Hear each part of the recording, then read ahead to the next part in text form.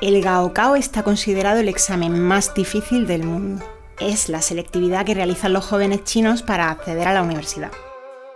Es una prueba que dura 2 días y que es extremadamente competitiva. Cuenta con preguntas de matemáticas, chino, ciencias o humanidades diseñadas para elegir a los estudiantes más brillantes. Es un documento que se vigila con celo por parte de las autoridades y hay penas de cárcel si te pillan copiando. Pero claro, en China lograr una buena puntuación en este examen determina tus posibilidades a la hora de escalar socialmente. Imaginaos la presión que deben tener estos chicos y chicas. Es un claro ejemplo de modelo resultadista, es decir, un examen que determina lo que sabes y lo que vales. Sin embargo, esos modelos tradicionales de pruebas están en cuestión. Hoy en día la evaluación, como otros elementos del proceso de enseñanza-aprendizaje, debe servir no solo para medir, sino también para mejorar las competencias del alumnado. Hoy, la finalidad de la evaluación no es solo o no es tanto el resultado, sino el proceso, que además está en plena evolución y puede mutar. Por ello, debe diseñarse de manera que resulte asequible y motivadora para el alumnado, no al contrario. Debe, en fin, estar al servicio de la innovación y contribuir al éxito de los procesos de enseñanza-aprendizaje en un sentido amplio. Y la evaluación transparente, continua y adaptativa es clave para lograr ese éxito real. Y más cuando nos enfrentamos a nuevos retos que ponen en cuestión la confianza entre estudiantes y docentes por la irrupción de la inteligencia artificial. En este episodio vamos a abordar cuáles son los elementos y herramientas fundamentales que permiten que la evaluación mida honestamente el aprendizaje del alumnado, cómo podemos usar la innovación a nuestro favor y qué metodologías y actividades realizan nuestras expertas y expertos para que la evaluación sea realmente significativa. El reto está claro. Es necesario rediseñar prácticas, tanto en entornos presenciales como virtuales, en las que se dé prioridad al aprendizaje real del estudiante. Bienvenidas y bienvenidos a Los Innovables. Los Innovables, un podcast de la UNIA. Episodio 18. Evaluación que suma. Estrategias y herramientas para innovar más allá de las calificaciones.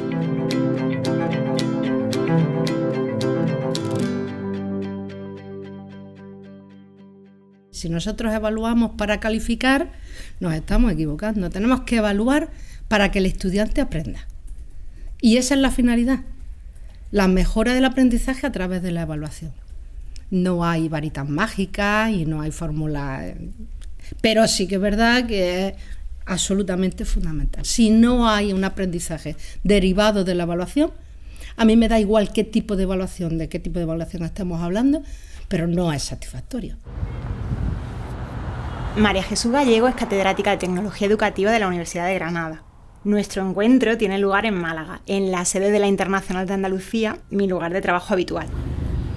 El día de la grabación aprovechamos la llegada al aeropuerto de esta catedrática y de la investigadora Norma Torres para invitarlas a charlar sobre evaluación. Pregunto a ambas cuáles son esos requisitos fundamentales de la evaluación para que realmente se logre el aprendizaje del alumnado. Esta ha de ser, me explican, permanente, sistemática y continua, pero sobre todo transparente. Yo creo que el primer requisito es que sea permanente, que la evaluación que se provee al alumnado sea de manera sistemática, pero también de manera permanente. Es decir, no puede haber evaluación formativa si no es continua, ni tampoco puede haber evaluación continua, o podría haber evaluación continua, pero que no sea formativa. Nosotros estamos hablando de que sí, para que sea formativa, requiere continuidad. También hay un aspecto fundamental, que es que la evaluación tiene que ser transparente. Y que los alumnos crean, ha pasado un mes, ha pasado 2 meses, ¿ves? No hay repercusión, ¿no? Vamos a esperarnos porque estamos haciendo las actividades en tiempo. Se ve el progreso desde cuando tú misma puedes ver la actividad que hacías ahora y la actividad que estás haciendo ahora y la que hacías hace 3 meses, y tú, de una forma transparente, puedes autoevaluarte, puedes evaluar a un compañero, a una compañera, y puedes ser consciente de una forma muy importante de verdad que sea transparente para que los alumnos realmente se impliquen en ese proceso. Tienen que saber esa repercusión, quitarse de la cabeza lo del tema de la calificación y decir, bueno, de acuerdo, esto no es problema, vamos ahora a lo importante. Y lo importante pues tiene que ser que realmente favorezca el aprendizaje. Si no favorece el aprendizaje, puede ser de qué tipo, con qué herramienta, con qué instrumento, da igual. Y en aras de la transparencia, la evaluación tiene que partir de la reflexión. Por eso, algunas de nuestras expertas señalan la importancia de incluirla y priorizarla en la fase previa de diseño instruccional y planificación. Escuchamos a la experta Camino López y nuevamente a María Jesús Gallego. Desde mi punto de vista, creo que es una de las partes más complejas en el diseño, realmente.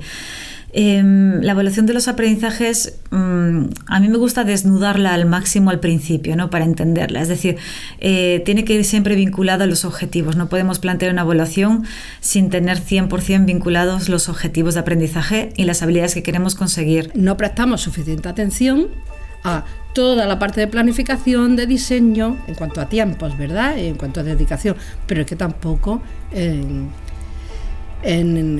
la parte de la evaluación. Es más, estamos pensando que como necesitamos al final una evaluación final y un sumatorio de todo el producto que hemos intentado conseguir a lo largo de todo ese proceso, pues sí que es verdad que los tiempos son incluso mayores. Nosotros necesitamos más tiempo porque tenemos muchísimas más evidencias de proceso al ser continua la evaluación y no podemos, claro, es que no nos podemos ceñir a lo que es solamente la evidencia del examen o la evidencia del trabajo o la evidencia... No puede ser. ¿Cuál es el problema? Ese reconocimiento de esa actividad evaluadora con entidad propia, que necesitamos espacio, tiempos y que necesitamos también que sea una actividad no individual, sino que sea una actividad en equipo. Como veremos, la evaluación continua requiere retroalimentación para acompañar al alumnado, guiarle en el proceso de adquisición de conocimientos e incluso redirigirle en el caso de detectar errores o falta de adherencia a las actividades propuestas. Por ello, además del feedback, que será a posteriori, se necesita feed-forward, señala la catedrática María Jesús Gallego. Sí que es verdad que a veces los docentes esperan a que haya alguna actividad para dar algún comentario, algún consejo, vamos a llamarlo alguna retroalimentación o algún feedback. Y eso no pasa. No pasa siempre, o no pasa todo lo que nosotros quisiéramos que pasara. Y entonces, ¿cuál es la solución? Pues nosotros como docentes nos tenemos que anticipar. Nosotros tenemos que dar el feed forward, que es ¿en qué se han equivocado otros estudiantes antes? ¿Cuáles son las dudas que suelen aparecer? ¿Cuáles son los tips, los consejos para que eso no pase en otras ocasiones? Es decir, ese tipo de información, porque cada vez los alumnos, las estudiantes tienen unas características que no son las más proactivas que desearíamos que tuviesen. Y dicho esto, pues son los mejores. ¿Por qué? Pues porque realmente pues son generaciones que van cambiando y son las generaciones del futuro y tienen que ser todavía mejores que los precedentes. ¿Y qué otras características debe tener la evaluación, además de la retroalimentación? Le pregunto a Norma Torres. Habría otros dos aspectos que sería importante destacar. Uno es la implicación del alumnado. Entonces, en una evaluación formativa requerimos que el alumnado se implique en la evaluación, es decir, que lo tomemos en cuenta desde el inicio del propio proceso evaluativo. ¿Qué quiere decir implicarlo? Implicarlo que él pueda participar en esa valoración que se hace de su aprendizaje. ¿A través de qué? Pues a través de sistemas de coevaluación, el profesorado con el alumnado, de autoevaluación, el alumnado se evalúa a sí mismo, de evaluación entre pares, yo evalúo a otro compañero y otro compañero me evalúa a mí, y la evaluación en peer review, que se llama también, ¿no? Entonces, esa es otra cuestión. Y luego otra finalmente es la variación y la adaptabilidad de las estrategias e instrumentos de evaluación. No podemos hablar de evaluación formativa cuando estamos evaluando solamente con el examen. Necesitamos diversificar instrumentos. ¿Cuáles? Pues hay actualmente una diversidad, por ejemplo, el tema de rúbricas, tema de portafolios, tema de checklist, ensayos, portafolios, etcétera, ¿no? Entonces tendríamos que pensar en esa diversidad de herramientas para complementar ese ciclo formativo. Sentadas las bases, ahora es momento de plantearse a qué retos se enfrenta la evaluación actualmente, el patito feo de la educación, como la califica nuestro clásico innovable Julio Cavero, catedrático de la Universidad de Sevilla. La evaluación siempre ha sido el patito feo de la educación, ¿eh? Hemos hablado de metodología, hemos hablado muchas, y después la evaluación siempre se ha pensado que era lo mismo. Evidentemente vamos a tener que cambiarla, ¿eh? Tú le pides ahora mismo a un estudiante que te haga un trabajo específico y demás, y tú no has formado al estudiante en competencias, como hablábamos antes, del ámbito de la IA, y una de las competencias es el conocimiento ético que tiene que tener el estudiante de ese tipo de cosas, pero también tenemos que hacer una cuestión que muchas veces nos olvidamos. El estudiante lo que quiere es sobrevivir en el sistema, ¿vale? O sea que el estudiante copie, pues va a copiar. No debe copiar, pero va a copiar. Entonces, los mecanismos de evaluación de los estudiantes van a ir variando y tienen que ir variando. Como dice Cavero, la evaluación se enfrenta hoy en día a diversos retos, sobre todo en el actual contexto de la inteligencia artificial. El experto en tecnología educativa Carlos Magro señala algunos. Por un lado, habla de cierta tensión entre el modelo educativo tradicional, que sigue priorizando las notas y la certificación por encima del proceso, lo que empuja al estudiante a usar la IA como un camino fácil hacia el éxito académico, un atajo.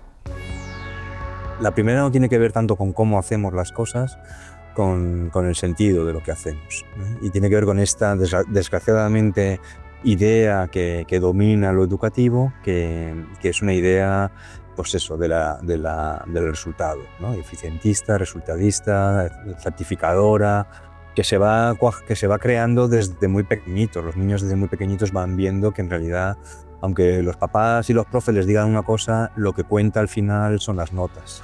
Lo que cuenta son las notas, lo que cuenta es no suspender, pasar de curso. Enseguida tienen miedo, y es miedo al principio a que sus compañeros repitan o ellos repitan y no estén con él, ¿no? Es decir, que hay mucho que cambiar ahí en la manera que tenemos como sociedad de entender el proceso educativo. No sé si habrá actividades en las que no puedas utilizar la IA. Tendrás que hacerlo tú, si me lo tienes que hacer a mano o algo. O actividades en las que no te valga la pena utilizar la IA. Es decir, porque la utilizan porque es un atajo. Es una manera más corta. ¿Y es un atajo porque son perezosos los estudiantes? No. El que es perezoso es el cerebro. El cerebro va por atajos. Por tanto, es muy difícil luchar contra eso, mientras encuentres, porque es como tienes el Kahneman, pensar despacio, pensar rápido, pensar despacio, en el que hay un sistema, el uno, que es el rápido, el de tomar decisiones, porque si no, no podríamos hacer nada. Solo te vas a lo deliberativo en casos puntuales. Faraón Llorens, al que acabas de escuchar, es catedrático de Computación e Inteligencia Artificial de la Universidad de Alicante. Puedes escuchar a ambos en el especial sobre el Congreso EdTech de Barcelona y en el capítulo sobre inteligencia artificial. Un estudio de 2025 de la Fundación Conocimiento y Desarrollo sobre el uso y la percepción de la IA en el ámbito universitario muestra que el 89% de los estudiantes utilizan alguna herramienta de inteligencia artificial. Otra encuesta del Instituto Nacional de Estadística, también de 2025, señala que el 59% de la población entre 16 y 24 años la usa en sus estudios. Así que sí, los estudiantes la utilizan. Y eso provoca otro de los retos actuales en cuanto a la evaluación, según Carlos Magro, la ruptura de la confianza. Hay una sospecha constante de un uso poco adecuado o ético por parte de los estudiantes. Por eso es importante, cuanto antes, ponerlo sobre la mesa, hablar sobre ello, visibilizar las dudas, las prácticas, los miedos, los buenos usos, los malos usos, pero hablarlo, porque si tú no lo hablas, entras en el territorio de lo oculto, de lo prohibido, ahí entra la desconfianza, campa por sus... La desconfianza es demoledora. Emma Sacalino, estudiante del Máster de Comunicación y Educación Audiovisual de la UNIA y la UHU, señala que esa desconfianza se traduce en control en el aula. Justamente creo que es un reto y un desafío. Por el momento está más centrado en el control aún. Es interesante que las actividades en general son de reflexión y son de razonamiento. Eso ya apunta, ya no memorísticas, ya no hay un examen donde uno tiene que repetir algo. Entonces creo que poner estructuras cognitivas en movimiento de nuevo tiene mucho sentido, y hay muchos profes que así lo entienden. De hecho, fomentan que hagamos trabajos por nuestra propia cuenta y no recurramos tanto, pero aún la IA ha sido utilizada en este sentido más del control. Por eso digo que viene a ser un reto. En este contexto, Carlos Magro anima a ver la IA no como algo inevitable, ante lo que no podemos hacer nada, sino más bien como una cuestión ineludible de la que debemos hacernos responsables tanto docentes como estudiantes e instituciones. Precisamente la innovación educativa implica una constante actualización y adaptación, como exponía Cabero hace unos minutos. Pensemos en la taxonomía de Bloom, el marco teórico y jerárquico para clasificar objetivos educativos en niveles de complejidad cognitiva, desde recordar datos hasta crear nuevos conocimientos. El catedrático de la Hispalense Julio Barroso explica que esta pirámide ha sufrido una transformación necesaria para adaptarse a la sociedad actual, y que el docente también debe adaptarse. Están recopilando evidencias, están recopilando elementos evaluables, y el docente puede ver que se está cubriendo, que se está trabajando con esas competencias. Si no cambiamos el chip a la hora de presentarla y seguimos trabajando o solicitándole trabajos que estén por la parte baja de las taxonomías, como elemento final, puede ser, yo, por ejemplo, necesito, para que el alumno cree, necesito que recopile información. Por su parte, el catedrático Faraón Llorens sostiene que el valor de la IA en el modelo educativo es permitir ascender de forma más rápida en la taxonomía de Bloom, aunque advierte del riesgo de saltarse pasos como la memorización. Lo que me permite, o lo que debería permitirme la IA, lo que dará un valor la IA al modelo educativo, es poder ascender por la taxonomía de Bloom más rápidamente. Todos sabemos que primero tienes que recordar, comprender, analizar, sintetizar, crear, criticar, crear, ¿vale? Entonces, por falta de tiempo siempre hay que empezar, y a lo mejor nos quedamos, y por la evaluación clásica nos quedamos en el recordar, repíteme lo que me has dicho, comprender, me haces algún ejercicio, y algo de analizar, y no seguimos subiendo. Entonces, si estas partes las puede hacer con IA, no es que las quite, porque si hago un salto mal, me apoyaré en el vacío, pero puedo pasarlas más rápido. De manera que cada uno dentro de su materia lo que puede diseñar es una docencia que le permita a él y al estudiante avanzar más rápido por estas etapas de la taxonomía de Bloom, que a lo mejor preparar para eso no le estás preparando para la vida, pero sí que tiene que tener la memoria, es básica. No es la base del cerebro, pero sin memoria no recordarías. Pero la base de la inteligencia es la predicción. Pero sin acordarme del pasado, sin memoria, yo no sería capaz de predecir. Por tanto, me salto el recordar, el aprender cosas, el comprender, porque al final me voy a ser crítico. No, tengo que haber pasado por ahí. Pero dejemos el marco teórico y centrémonos en algunas recomendaciones concretas sobre estrategias y prácticas innovadoras de nuestras expertas y expertos. Por un lado está la importancia de plantear nuestra evaluación como una evaluación 360, integradora, que recopila feedback de diversas fuentes y perspectivas para, con todo ello, tener una visión más precisa, objetiva e integral de nuestro alumnado y su aprendizaje. Una evaluación en la que la evidencia y la reflexión son claves. Tiene que ser basada en evidencias. Y para basarse en evidencias, pues también planteamos qué tipo de evidencias, ¿no? En algún momento se ha hablado de evaluación 360 grados, que es un término muy potente en sí. Evaluación 360 grados, que es sobre todo pues un incentivo para la reflexión sobre el proceso y que está basado en evidencias de proceso, evidencias de desempeño preprofesional, evidencias de producto, no solamente del producto, eso sí seguro que siempre aparecerá, pero no solamente del producto, y evidencias también de conocimiento de habilidades complementarias que a lo mejor no eran las buscadas en los objetivos en un principio, pero que han aparecido también como mejora. También buscan evaluar el proceso, la reflexión y la competencia real del estudiante, y son una buena estrategia en tiempos de IA las pruebas y entrevistas orales. Desde Sevilla, Julio Cabero y Julio Barroso apuestan, por ejemplo, por establecer un diálogo en el que el alumnado explique cómo ha usado la tecnología. Yo, por ejemplo, a mis alumnos les digo, utilicen ustedes esto para la IA. Pero claro, cuando les digo que el trabajo que me tienen que entregar, yo no me baso en el producto que ellos me entregan, sino les pido que ellos me pasen toda la iteración que han hecho con la IA. Claro, en esa iteración puede haber un aprendizaje más profundo, de una evaluación de lo que la IA te ha dado, y por tanto en esa evaluación también hay un grado de aprendizaje. Es decir, la IA va a modificar muchas cosas que nosotros anteriormente teníamos casi como muy claro. Nosotros, por ejemplo, trabajamos con la creación de un sitio web, y ese sitio web es enriquecido por diferentes herramientas que van haciendo los alumnos. Cada grupo de alumnos hace su web en torno a un tópico y la va enriqueciendo con una serie de herramientas.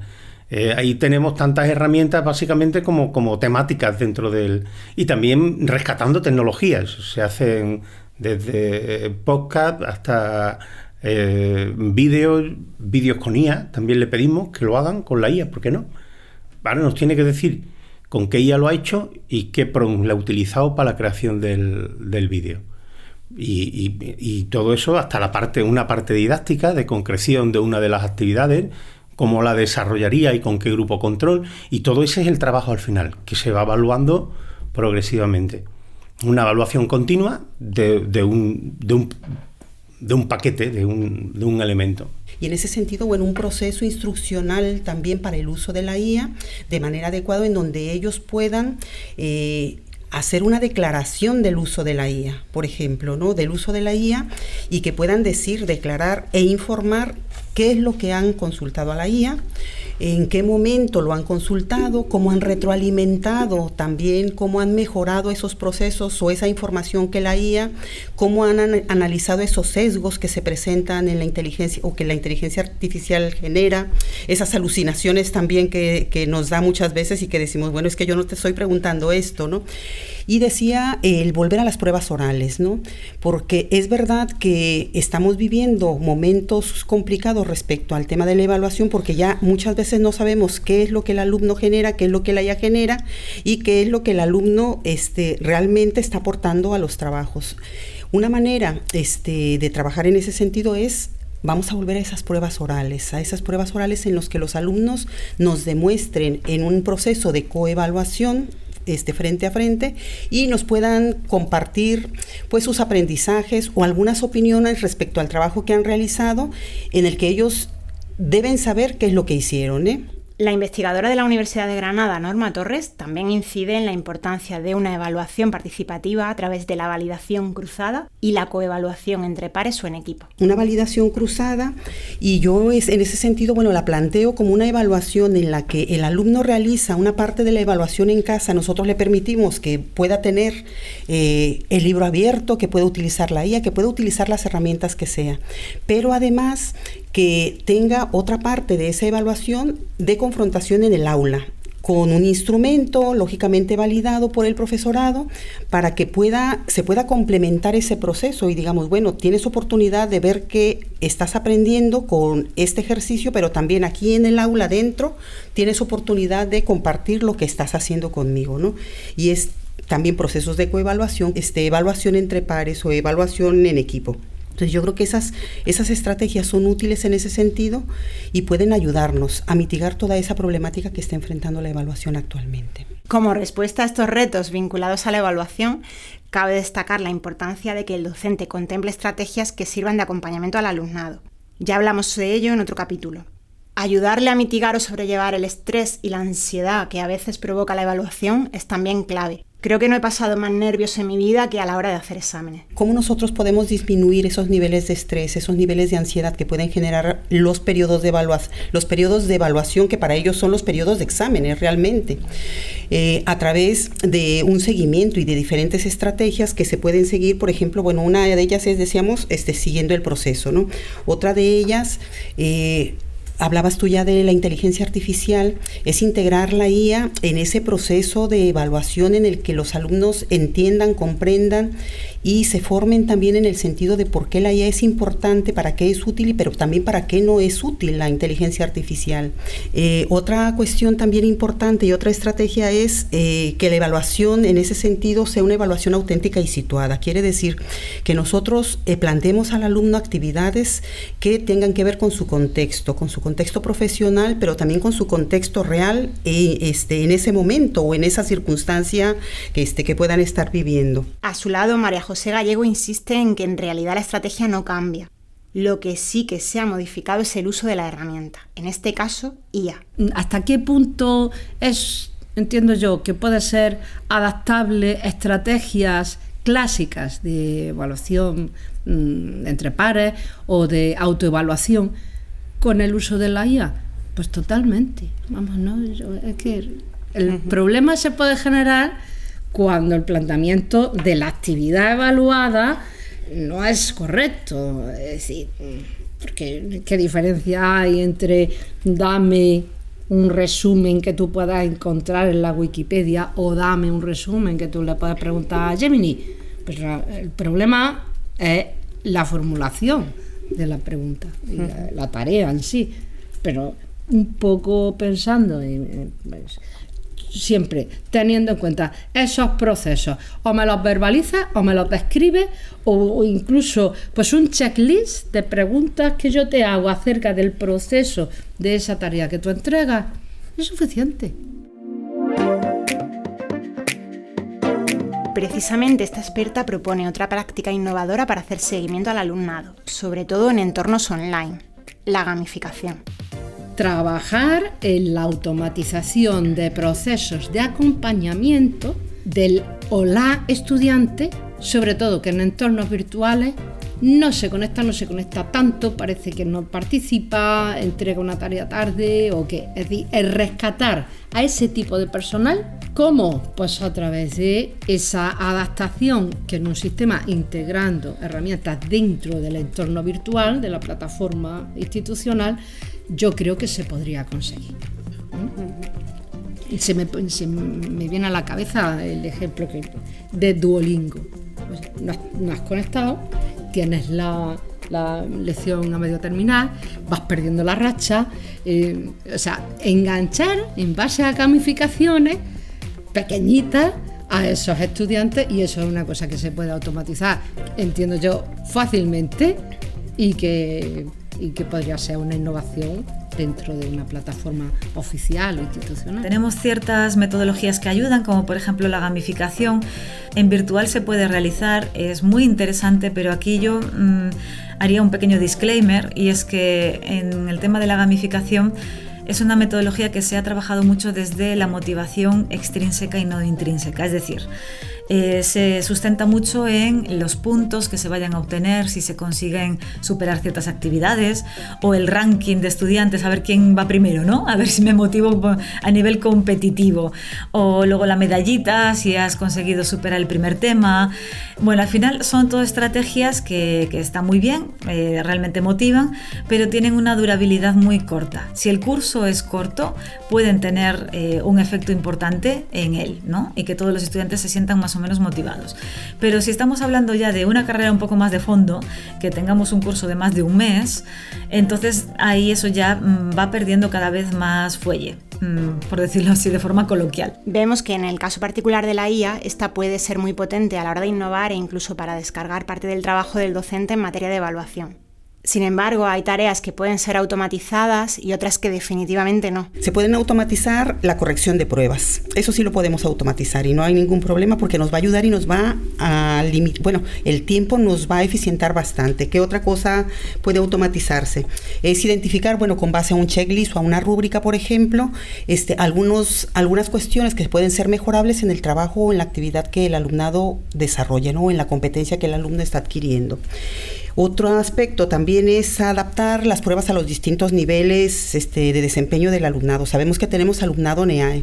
Tú, por ejemplo, lo has comentado hace un momento. Tenemos alumno que no asiste por alguna circunstancia. Entonces, ese alumnado, la IA nos puede ayudar en eso. Bueno, tengo un alumno con estas características, esto es lo que él tiene que aprender, ¿cómo puedo evaluarlo, ¿no? Y, lógicamente, bueno, esas pruebas adaptativas, la IA nos puede ayudar bastante a darnos pauta. ¿Cuáles serían, entonces, los límites de la automatización del proceso de evaluación? Lo primero son las cuestiones éticas y de uso responsable y seguro de la inteligencia artificial en la evaluación. Luego, por otro lado, tampoco no podemos dejarle a la IA que evalúe el desempeño y el crecimiento personal del alumnado. Es una cuestión y una responsabilidad nuestra. Si nosotros no asumimos esa responsabilidad, vuelvo un poquito a lo que comentaba al principio, es como si no le damos tiempo, ¿no? Nosotros debemos darle al tiempo para conocer ese alumno, para saber qué le está pasando y realmente cómo puedo ayudarle.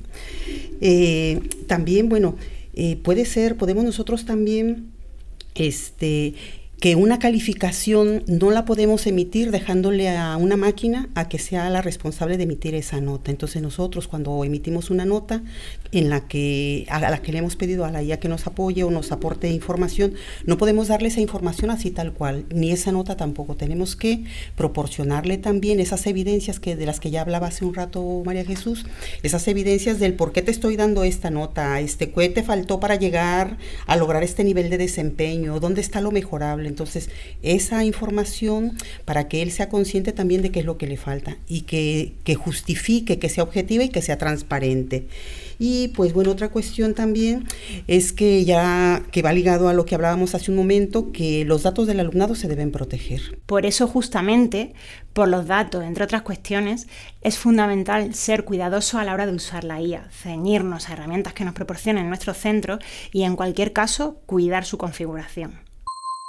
La Universidad de Granada, a la que pertenece esta experta, ha puesto en marcha un programa que facilita al personal docente, al personal técnico de administración y servicio e incluso al alumnado un uso crítico, responsable y productivo de la inteligencia artificial.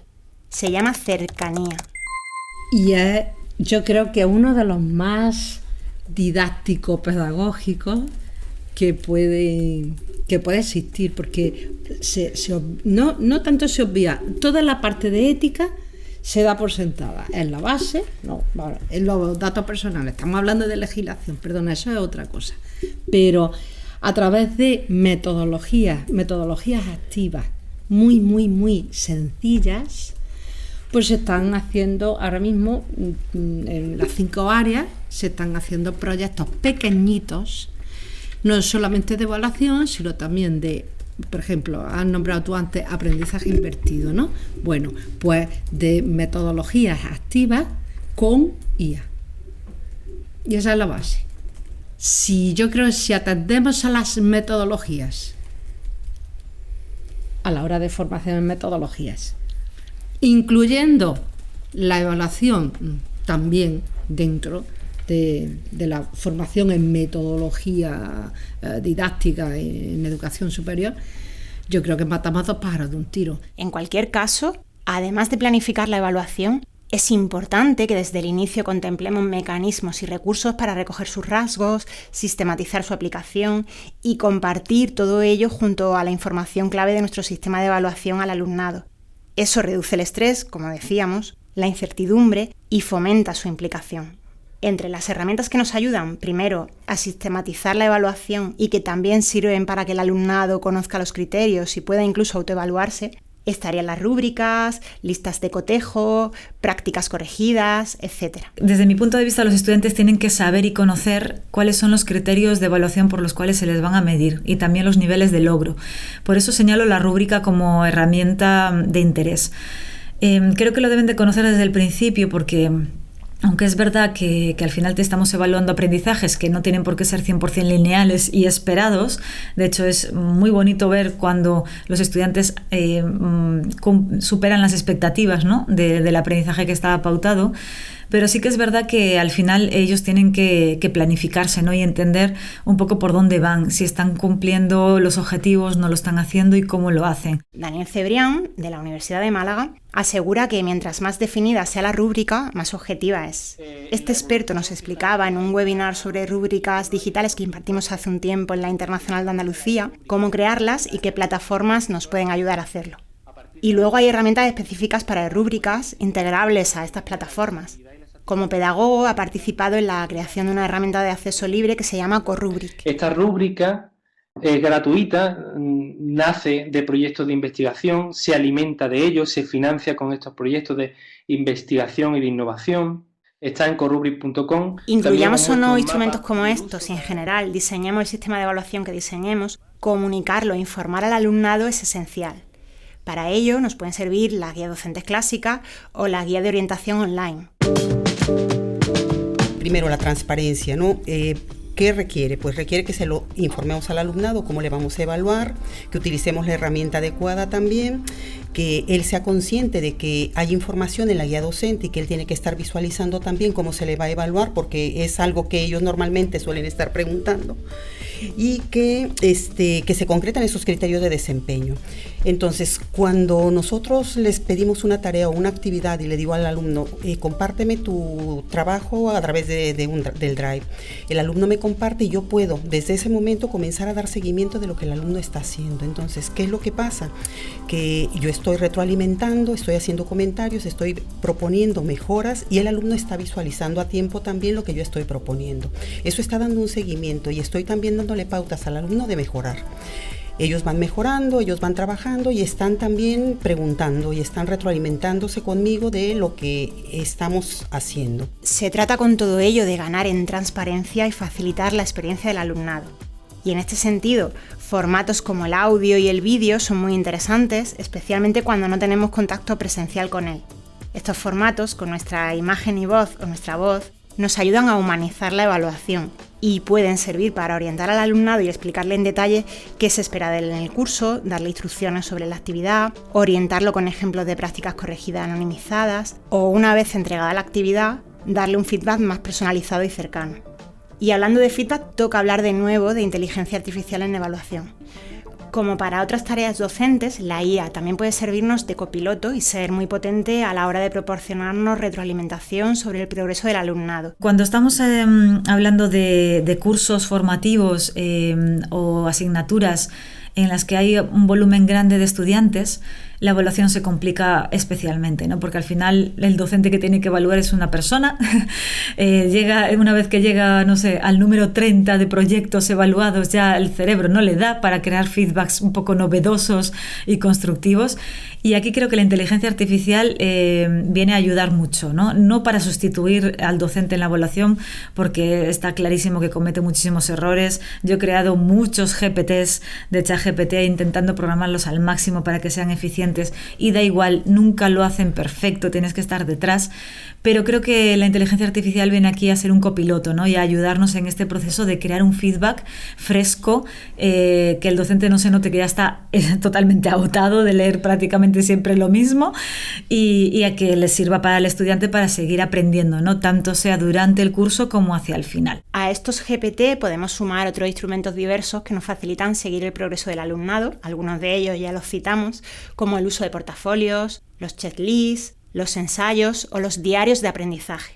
Todos ellos aportan a una evaluación continua que no se basa únicamente en un examen o prueba final. Otro elemento relacionado con innovación y con la IA son las herramientas antiplagio, muy actuales ahora y que sirven para revisar trabajos escritos, proyectos en desarrollo, TFGs, etc. En la Universidad de Sevilla, por ejemplo, el Vicerrectorado de Investigación pone a disposición de los docentes la herramienta Turnitin. Esta ofrece un informe de originalidad, muestra las fuentes originales y permite hacer comentarios, lo que facilita la retroalimentación. No obstante, como ya vimos en la primera temporada, estas herramientas tienen ciertos límites, por lo que la supervisión humana sigue siendo clave a la hora de evaluar. Del antiplagio me puedes decir lo que sea, pero si yo dudo, yo tengo que hacer un contraste, y ese contraste lo tengo que hacer oral sí o sí. A mí no se me ocurre otra manera. No con otro, con un check, por ejemplo, con una rúbrica o con... No. Oral, vamos a dejarlo. O sea, esto sospecha la herramienta, porque claro, tenemos gran cantidad de información a procesar, y entonces no tenemos más remedio que usar, pues eso, una herramienta de ayuda, ¿no? Pero una vez que detectemos algo, pues un porcentaje X, esas alumnas deberían de ir a... No vamos a llamarlo examen oral, es una entrevista. Y a ellos decirles que no es un examen, que no tiene que ver con la calificación, a ellas decirles eso, que vamos a intentar hablar de esto, o comentar esto, o ver qué se te ocurre. He visto pocos ejemplos, ponme algún ejemplo de esto que añade algo que me falta por aquí, completa esto que me has entregado. No decir, esto está fatal, y entonces a partir de aquí, vamos, que para no suspenderte, vente al despacho. No van a aparecer, ¿no? Es tratar de idear una cosa, y sobre todo que se expanda la idea de que lo mismo, que ya está muy claro que no vale el copy-pega, y eso lo saben desde pequeñitos en el colegio. Pues lo mismo, que se hagan a la idea de que sí que está esta herramienta ahora mismo, estas herramientas y estas posibilidades, pero no vale, el todo vale, no, nunca. Al final, la comunicación y el contacto directo con el alumnado es fundamental, y más si hablamos de entornos virtuales. Por ello, es clave plantear actividades para conocerlo. De esta forma, detectaremos más fácilmente si los trabajos son o no de su autoría. ¿Cómo? María Jesús Gallego hablaba de entrevistas, pero también podemos hacer un test inicial de nivel de conocimiento, plantear evaluaciones a mitad, organizar exposiciones orales, etc.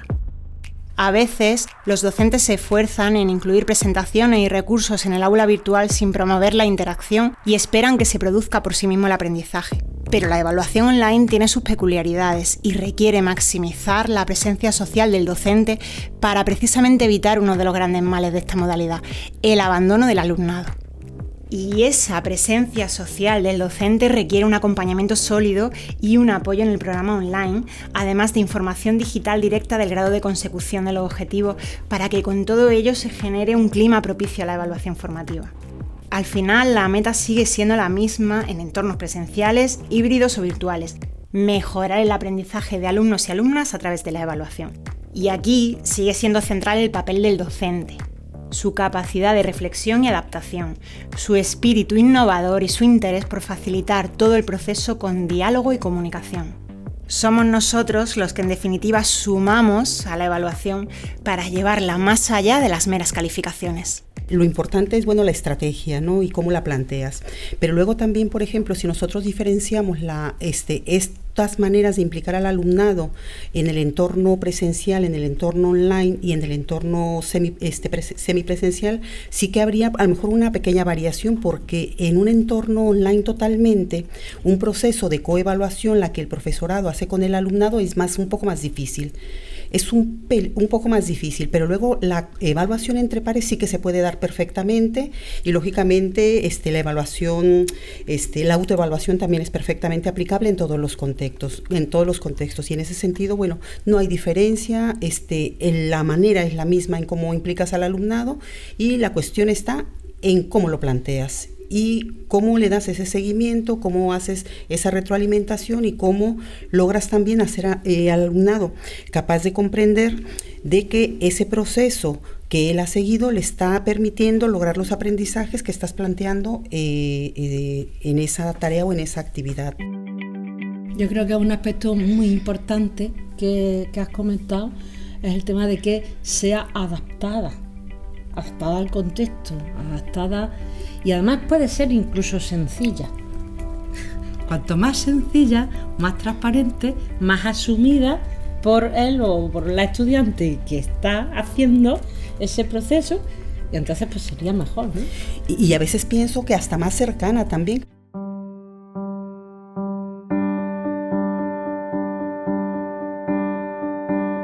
Los Innovables, un podcast de la Universidad Internacional de Andalucía, producido por QWERTY Podcast. Coordinación UNIA, entrevistas y narración, María Sánchez. Guión y edición, Carmen Márquez. Producción y grabación, Andrés Segura. Producción ejecutiva, Óscar Gómez. Música, Epidemic Sound. Todos los episodios y más información en la web unia.es.